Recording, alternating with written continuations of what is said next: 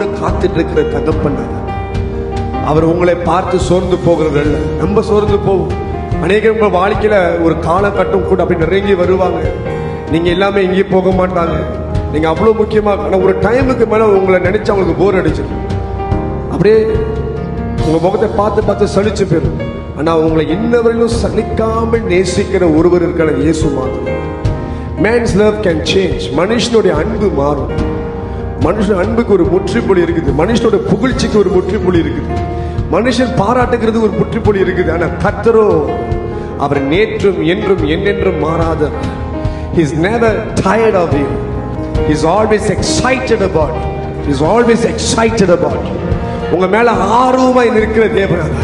எப்ப என் மகன் வருவான், எப்ப என் மகள் வரும் என்று காத்துட்டு இருக்கிற ஒரு சகப்பன் தான் அவர். ஒரு சகப்பன் தான் அவர். நான் சொல்றேன், உங்களை அவ்வளவா கர்த்தர் நேசிக்கிறார். Doesn't matter who rejects you, doesn't matter who neglected you. நீங்க சிலருக்கு முக்கியம் இல்லாமல் காணப்படலாம், சிலருக்கு நீங்க பிரோஜனம் இல்லாமல் காணப்படலாம். ஒரு டைம்ல உங்களை தூக்கி கொண்டாடி இருப்பாங்க. ஆனா இன்றைக்கு நீங்க ஒரு முக்கியம் இல்லாத ஒரு கருதியா இருக்கிறவங்க. இன்னமும் கர்த்தருக்கு நீ விசேஷமானவர், விசேஷமானவர், விசேஷமானவர். I'm telling you, as long as you put God is important in your life, you shall remain important in the life of many people. I'm telling you, அநேகர வாழ்க்கையில் முக்கியமான ஆளை காணப்படுவ. கர்த்தரை உனக்கு நீ முக்கியமாய் வைத்திருந்தால் மாத்திரமே